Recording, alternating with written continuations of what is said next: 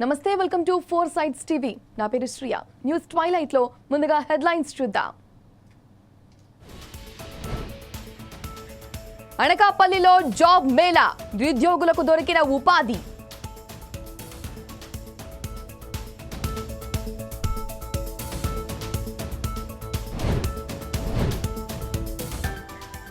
అమరావతిలో railway line focus పెట్టిన AP సర్కార్.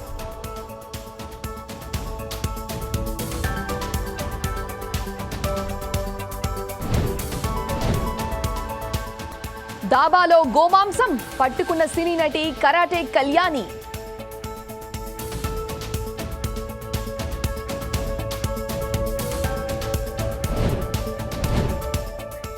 ముగిసిన మూడో రోజు మ్యాచ్, ఆసీస్ పై సెంచరీ కొట్టిన నితీష్.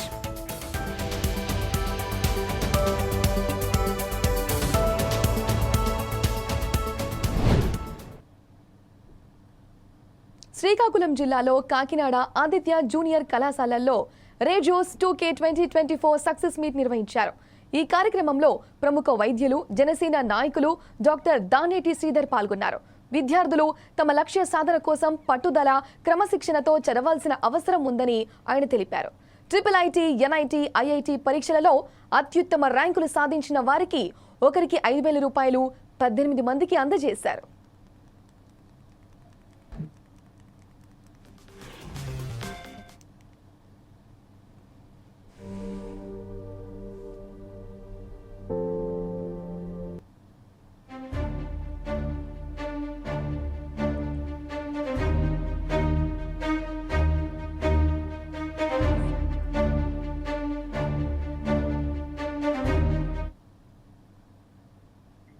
శ్రీకాకుళం జిల్లా విశాఖ ఏ కాలనీలోని పార్టీ కార్యాలయంలో శాసనసభ్యుడు గోండు శంకర్ మీడియా సమావేశం నిర్వహించారు. విద్యుత్ ఛార్జీల భారం ప్రజలపై మోపారంటూ ఆందోళన చేసే అర్హత వైపాకాకు లేదని ఆయన ధ్వజమెత్తారు. వైపాక 5 ఏళ్ల పాలనలో విద్యుత్ కొనుగోళ్లు పేరుతో ప్రభుత్వ ఖజానాకు కోట్ల రూపాయలు నష్టం చేసి ప్రజలను మోసం చేశారన్నారు. కూటమి ప్రభుత్వం అధికారంలోకి వచ్చిన నుంచి నేటి వరకు కరెంటు కోతలు లేకుండా నిరంతరాయంగా విద్యుత్ సరఫరా అందిస్తున్నామన్నారు.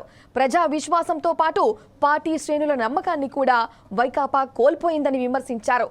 తమ పాలనలో ప్రజలంతా ఆనందంగా ఉన్నారని ఎమ్మెల్యే పేర్కొన్నారు.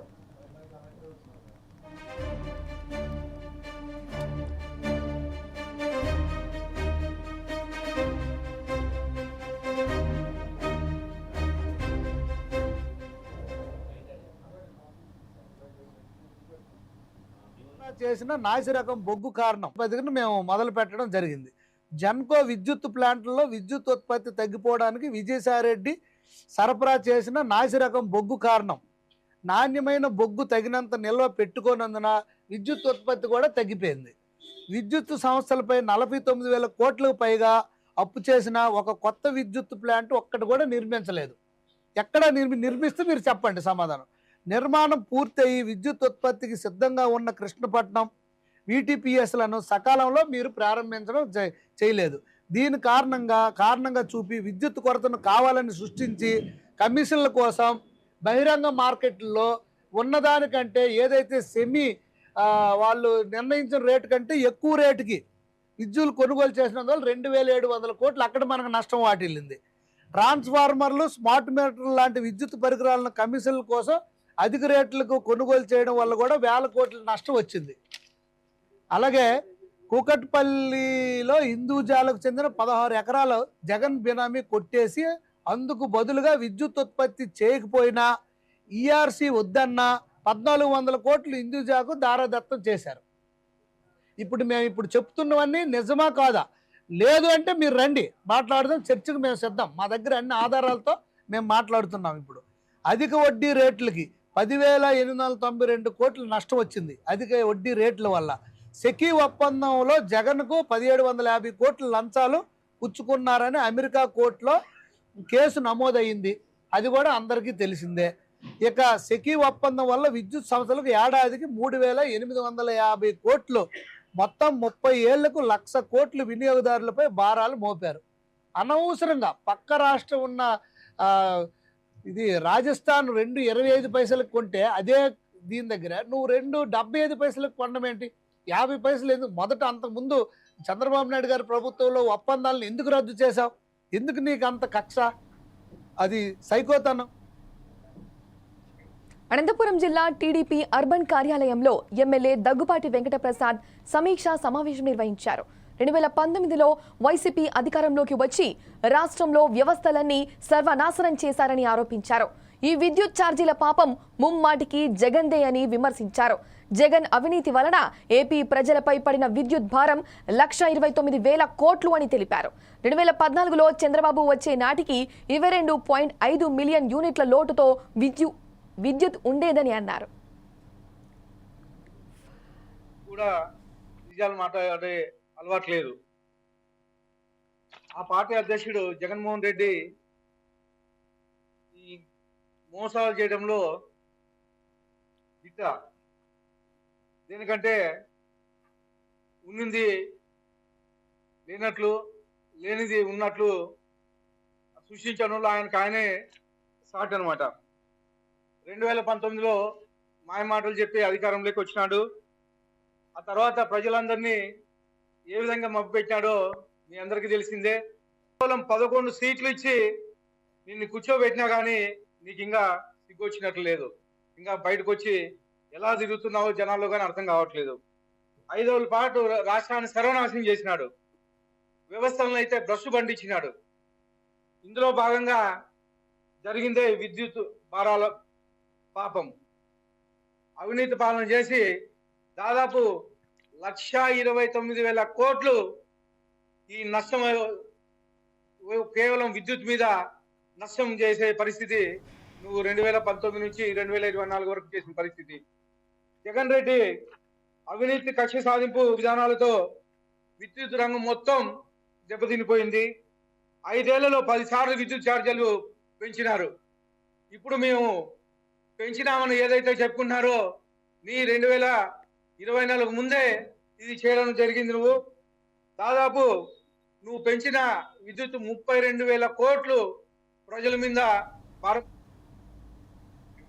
నెల్లూరు జిల్లాలో పేదలకు మెరుగైన వైద్య సేవలు అందించాలన్న సంకల్పంతో జనసేన నాయకుడు కిషోర్, పార్టీ నాయకులు గురుకుల మెడికవర్ ఆధ్వర్యంలో ఉచిత మెడికల్ హెల్త్ చెకప్ క్యాంప్ నిర్వహించారు. ఈసీజీ, బ్లడ్ టెస్ట్, మందులు పంపిణీ చేశారు. పేదల జీవన ప్రమాణాలు మెరుగుపరచాలన్న తమ నాయకుల స్ఫూర్తితో మొదటిగా నెల్లూరు సిటీలో మెడికల్ క్యాంప్ నిర్వహించడం ఆనందంగా ఉందన్నారు. పేదల జీవన ప్రమాణాలను మెరుగుపరచడమే నా ఆశయం, అంతకంటే గొప్ప లక్ష్యం లేదని పవన్ కళ్యాణ్ గారు ప్రజలందరినీ ఉద్దేశించి ప్రసంగించడం అనేక సార్లు చూసాం. జీవితాన్ని ఆస్వాదించాలంటే ముందు ప్రజలు ఆరోగ్యంగా ఉండాలి. ఆరోగ్యానికి దూరం అయ్యి నాణ్యమైన వైద్యాన్ని అందుకోలేక కొన్ని ప్రాంత వాసులు ఇప్పటికీ ఇబ్బంది పడుతున్నారు. నెల్లూరు నగరంలో నేను పుట్టి పెరిగిన ఏరియా సంతపేట, ఈ మెట్ల రేవు దగ్గర ఈ స్థానికులంతా కూడా చిన్న చిన్న వ్యాధులు వచ్చినప్పుడు బయటికి పోకుండా దీర్ఘకాలికంగా వ్యాధులుగా మిగిలిపోతున్నాయి. వీటికి నాణ్యమైన సేవలు అందించాలి అని చెప్పి మెడికవర్ హాస్పిటల్ని నేను సంప్రదించినప్పుడు ఈసీజీ, యాంజియోగ్రామ్, బ్లడ్ టెస్ట్తో పాటు అన్ని రకాల సౌకర్యాలతో మెరుగైన వైద్యాన్ని ఉచితంగా అందిస్తామని ఈరోజు వారు ముందుకు రావడం, జనసేన పార్టీ తరఫున ఇక్కడ దాన్ని కండక్ట్ చేయడం చాలా ఆనందంగా ఉంది.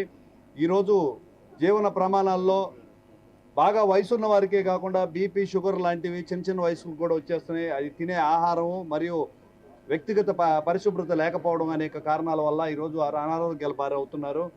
ప్రజలందరూ కూడా జనసేన క్యాంపెయిన్ని వినియోగించుకోండి. పేదలకు ఉచితంగా మందులు పంపిణీ కాకుండా యాంజియోగ్రామ్, బ్లడ్ టెస్ట్ ఇటువంటి అన్నీ కూడా నగరంలోని అన్ని డివిజన్లో కూడా జనసేన పార్టీ ఆధ్వర్యంలో మా వేములపాటి అజయ్ గారు జిల్లా పర్యవేక్షకులుగా ఆయన ఆధ్వర్యంలో జరుగుతూ ఉన్నాయి. ఏపీలో అమరావతి రైల్వే లైన్ ఏర్పాటుపై ఏపీ సర్కార్ ఫోకస్ పెంచింది. అమరావతి కొత్త రైల్వే ఏర్పాటుకు భూసేకరణ కోసం గెజెట్ నోటిఫికేషన్ విడుదలైంది. ప్రతిపాదిత భూసేకరణపై ఏమైనా అభ్యంతరాలుంటే జనవరి 16వ తేదీలోపు తెలపాలని నోటిఫికేషన్లో పేర్కొన్నారు.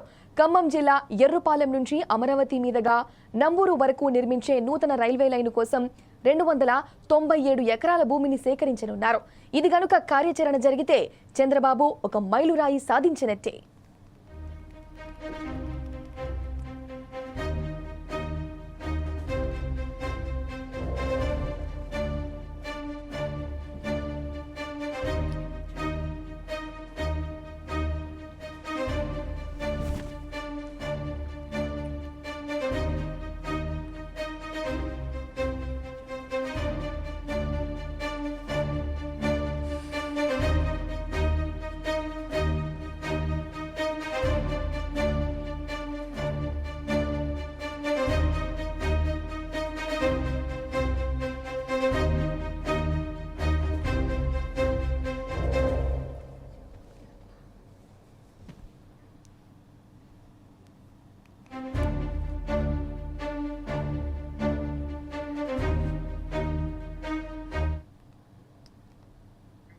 అనకాపల్లి జిల్లా నక్కపల్లి మండలం జాతీయ రహదారి పక్కన ధాబాలో వంటకాలు సినీ నటి కరాటే కళ్యాణి పరిశీలించారు. ధాబాలో గోమాంసం వంటకాలు జరుగుతున్నాయని ఆరోపించారు. ఈ విషయాన్ని స్థానిక పోలీస్ స్టేషన్కి ఫుడ్ సేఫ్టీ అధికారులకు సమాచారం అందించారు. గోవుల తరలింపుపై తాము పలుసార్లు అడ్డుకున్నామని ఆమె తెలిపారు. ఇటువంటి సంఘటనలు స్థానిక అధికారులకు తెలిసే జరుగుతున్నాయని ఆగ్రహం వ్యక్తం చేశారు. ఇటువంటి సంఘటనలు జరగడం బాధాకరమని ఆమె ఆవేదన వ్యక్తం చేశారు. ఘటనా స్థలానికి చేరుకున్న పోలీసులు, ఫుడ్ సేఫ్టీ అధికారులు దాబా నిర్వాహకులపై కేసు నమోదు చేసి మాంసాన్ని సీజ్ చేసి పరిశీలన నిమిత్తం తరలించారు. కూడా కొంతమంది ఇక్కడ ఎప్పటి నుంచో అనుమానాస్పదంగా ఇక్కడ అమ్ముతున్నారు అన్నది కొంచెం వ్యక్తం చేశారు. సరే, కొన్ని దాబాలు మేము ఆగుతున్నప్పుడు మొన్న కూడా ఒకటి పట్టుకున్నాం నరసంపేట దగ్గర. ఈ మధ్య గోవు మాంసాన్ని తరలిస్తున్నారు. గోవుల్ని డైరెక్ట్గా ఏంటంటే రవాణా చేయడమే కాకుండా అది ఆపుతున్నారని చెప్పేసి గో మాంసాన్ని కట్ చేసేసి కబేళాలు మొత్తం చాలా దగ్గర మేము చాలా టన్నులు పట్టుకున్నాం. అదే హైదరాబాద్లో కూడా ఇదే పని గోరక్ష చేస్తుంటాం మేము. ఇక్కడ దాబాల్లో గోమాంసాన్ని మటన్ అని చెప్పేసి అట్లని చెప్పేసి అక్రమంగా తిరిగిస్తున్నారు. ఎలా అంటే కొన్ని ప్లేసుల్లో ఎలా ఉందంటే, మీరు హిందువులు అయినా సరే జిమ్కి వెళ్తున్నారు కాబట్టి మీకు బలం రావాలంటే గోమాంసం తినండి అని చెప్పేసి అట్లా మభ్య పెట్టి తినిపిస్తున్నారు. అది మొన్న సీజ్ చేయించాము నర్సంపేట. ఇక్కడ కూడా మటన్ అని చెప్పేసి అట్లా అమ్మేస్తున్నారు ఇంత పెద్ద పెద్ద బోన్స్తో. ఇది రాజస్థానీ దాబా వడ్డిమెట్ట నక్కపల్లి మండలం పాయకరావుపేట నియోజకవర్గంలో. ఇక్కడ వడ్డిమెట్టలో ఇక్కడ రాజస్థానీ దాబాలో ఇలా జరుగుతుందని తెలిసి మేము వెంటనే వచ్చాము. మా పిల్లవాడు కూడా మటన్ అడిగితే వాడు ఇచ్చారట. అది చూసి ఆ బోన్ చూడగానే మాకు బుర్ర తిరిగిపోయింది. వీళ్ళు హిందువుల ముస్లిమ్స్ అని పక్కన పెడితే రాజస్థాన్ నుంచి వచ్చిన కొంతమంది రోహింగ్యాలు ఎలాగైతే బంగ్లాదేశ్ నుంచి వస్తారో వీళ్ళు ముస్లిమ్స్ అందరూ వచ్చి ఇక్కడ దందా చేస్తారు. మనం అక్కడికి వెళ్తే మనల్ని తరిమి కొడతారు. ఇక్కడ మన ఆవుని మేము అడిగాం, పంది మాంసం మీరు తింటారా అంటే తిన్నమండి మేము అంటున్నాడు అంత గట్టిగా. మరి మన ఆవు మాత్రం మనకు కోసి పెట్టేస్తారు వాడు. సో ఇట్లాంటి చేయడం ఇది చాలా అక్రమం కాబట్టి, అన్యాయం కాబట్టి ఫుడ్ సేఫ్టీ అధికారులకి, మనం ఫుడ్ కంట్రోల్ వాళ్ళకి, సార్ ఫుడ్ ఇన్స్పెక్టర్ కూడా చెప్పాము. సార్ సిఏ గారు ఎస్ఐ గారు వెంటనే సకాలంలో మేము ఫోన్ చేయగానే స్పందించారు. వాళ్ళు వచ్చారు. వాళ్ళ పర్యవేక్షణలోనే మొత్తం జరిగింది. ఇప్పుడు రేపు మార్నింగ్ సీజ్ చేశారు. ఆ మాంసాన్ని తీసుకెళ్ళి రేపు ఉదయం చూసి దాని మీద కేసు కట్టాలి. ఇంతకుముందు మొన్న కూడా 2 days కిందనే కట్టించాం మేము నరసరావుపేటలో. ఇప్పుడు ఇక్కడ ఎక్కడెక్కడ ఉన్నా మేము పట్టుకుంటాం. ఎందుకంటే ఆవుల్ని కోసిన ఆవు మాంసాన్ని తీసుకెళ్ళినా ఏ విధంగా అయినా సరే మేము ఆపుతూనే ఉన్నాం. మా పని ఏంటంటే మా ప్రయత్నం మేము చేస్తాం చిత్తశుద్ధి. అంతర్జాతీయ క్రికెట్లో తెలుగు తేజం నితీష్ కుమార్ రెడ్డి సత్తా చాటాడు. ఆస్ట్రేలియాతో 4వ టెస్టులో టీమిండియా కష్టాల్లో ఉన్న వేళ గట్టి పట్టుదల కనబర్చి జట్టుకు బాసాటగా నిలిచాడు. అద్భుతమైన సెంచరీతో అదరగొట్టాడు. భారత క్రికెట్ జట్టులో మరో దిగ్గజం అనే రీతిలో నితీష్ బ్యాటింగ్ సాగింది. 176 బంతులు ఎదుర్కొన్న ఈ రైట్ హ్యాండర్ 105 పరుగులతో అజేయంగా నిలిచాడు. ఈ క్రమంలో 10 4లు 1 6 తన ఖాతాలో వేసుకున్నాడు. ఆస్ట్రేలియా గడ్డపై నితీష్ సాధించిన ఘనత పట్ల భారత క్రికెటర్ దిగ్గజం వివిఎస్ లక్ష్మణ్ స్పందించారు. జట్టు కష్టాల్లో ఉన్న వేళ అమోఘమైన ఆట తీరుతో ఆకట్టుకున్నావని, ఆస్ట్రేలియాలో టెస్ట్ సెంచరీ సాధించిన పిన్న వయస్కులైన భారత క్రికెటర్లలో 3వ వాడివని అన్నారు. ఇక ముందు సాధించబోయే అనేక సెంచరీలకు ఇవాల్టి శతకమే నాంది అని, దేవుడి ఆశీస్సులు నీకెప్పుడు ఉంటాయి అంటూ లక్ష్మణ్ ట్వీట్ చేశారు.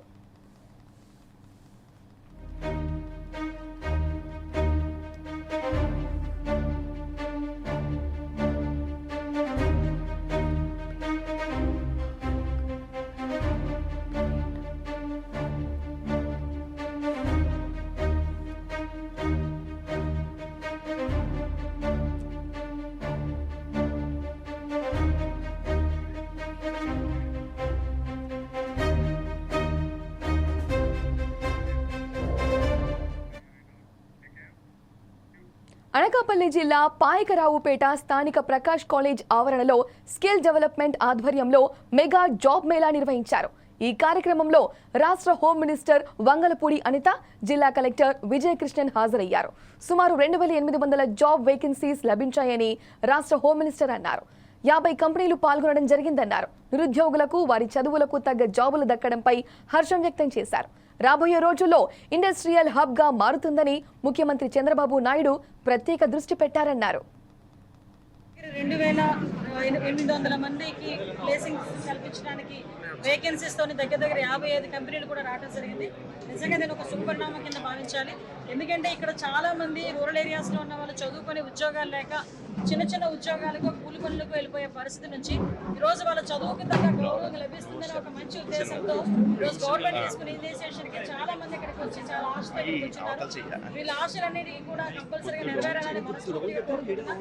అదేవిధంగా మీ అందరికీ తెలుసు, పాయకరావుపేట నియోజకవర్గం త్వరలోని రాబోయే కాలంలో ఒక ఇండస్ట్రియల్ హబ్ గా మారిపోతుంది. దానికి గౌరవ సీఎం గారు కూడా ప్రత్యేకంగా దృష్టి పెట్టి బల్క్ డ్రగ్ పార్క్, మీ అందరికీ తెలుసు, సుమారుగా 2014 నుంచి 19 టైంలో నేను ఎమ్మెల్యేగా ఉండేటప్పుడు సుమారుగా 4,500 ఎకరాలు ఏపీఎస్సీ నుంచి ఎక్వైర్ చేశాము. లాస్ట్ 5 years లో కూడా ఒక్క కంపెనీ కూడా తీసుకొచ్చిన పాపాన పోలేదు. కనీసం అటువైపు ఒక రోడ్ వేసిన కూడా పాపాన పోలేదు. కానీ ఈ రోజు వచ్చిన 6 నెలల కాలంలోనే ఆ బల్క్ డ్రగ్ పార్క్ ని డెవలప్ చేయడానికి సెంట్రల్ గవర్నమెంట్ నుంచి సుమారుగా 1000 కోట్ల పైగా ఈ రోజు మనం ఫండ్ తీసుకొచ్చుకోవడం, అదేవిధంగా వర్క్ కూడా స్టార్ట్ అవ్వడం కూడా జరుగుతుంది. అందులోని సుమారుగా దగ్గర 100 కంపెనీల పైగా ఆల్రెడీ రావడానికి కూడా రెడీగా ఉన్నారు. వీళ్ళు కాకుండా మనందరికీ తెలుసు, ఒక స్టీల్ ఫ్యాక్టరీ కూడా ఇక్కడ రావడానికి రెడీగా ఉన్నారు. ఆసిమిటల్ వాళ్ళు కూడా మీ అందరికీ తెలుసు. గౌరవ సీఎం గారు కూడా దీని మీద ప్రత్యేకంగా దృష్టి పెట్టి, గౌరవ నారా లోకేష్ గారు కూడా ప్రత్యేకంగా దృష్టి పెట్టి వాళ్ళందరితోని కూడా వీడియో కాన్ఫరెన్స్ లో మాట్లాడి ఇక్కడికి రప్పించిన పరిస్థితి. వాళ్ళు ఎవరో వస్తారు, ఇక్కడికి వచ్చి కూర్చుంటారు, తర్వాత మనందరం మాట్లాడదాం అనేది కాకుండా వాళ్ళు వచ్చే ఉద్దేశం ఉంది, ఇక్కడ పెట్టే ఉద్దేశం ఉందంటే ఇమీడియట్ గా వాళ్ళని మనమే సంప్రదించి వాళ్ళకి కావాల్సిన అవకాశాలన్నీ ఇచ్చి ఎంతమంది జాబ్స్ ఇస్తారు అని చెప్పి ఆ రోజు అడిగి ఈరోజు 20 లక్షల జాబ్స్ ఏదైతే ఇస్తామని చెప్పి అప్పుడు గవర్నమెంట్ పరంగా మేమందరం చెప్పామో దానికి తగ్గట్టుగానే ఈ రోజు మన నియోజకవర్గంలోనే రాబోయే 5 సంవత్సరాల దగ్గర 1 లక్ష ఉద్యోగాలు వచ్చే పరిస్థితి ఈరోజు కనిపించిందంటే అది నిజంగా ఒక మంచి పరిణామం కింద భావించాలి. మనందరం కూడా గౌరవ చంద్రబాబు నాయుడు గారికి రుణపడి ఉండాలని మాత్రం నేను అందరినీ కోరుకుంటున్నా. ఈ ఒక మంచి అవకాశం వచ్చింది. యువకులందరూ కూడా దీన్ని వినియోగించుకోవాల్సిందిగా మరొకసారి కోరుకుంటూ, మరొకటి స్కిల్ డెవలప్మెంట్ సెంటర్ కూడా రాబోయే కాలంలో పెట్టడానికి మొన్న 2047 విజన్ డాక్యుమెంట్ లో గౌరవ కలెక్టర్ గారు కూడా పెట్టడం. ఇది ఇవాల్టి న్యూస్ ట్వైలైట్ అప్డేట్స్. చూస్తూనే ఉండండి 4 Sides TV.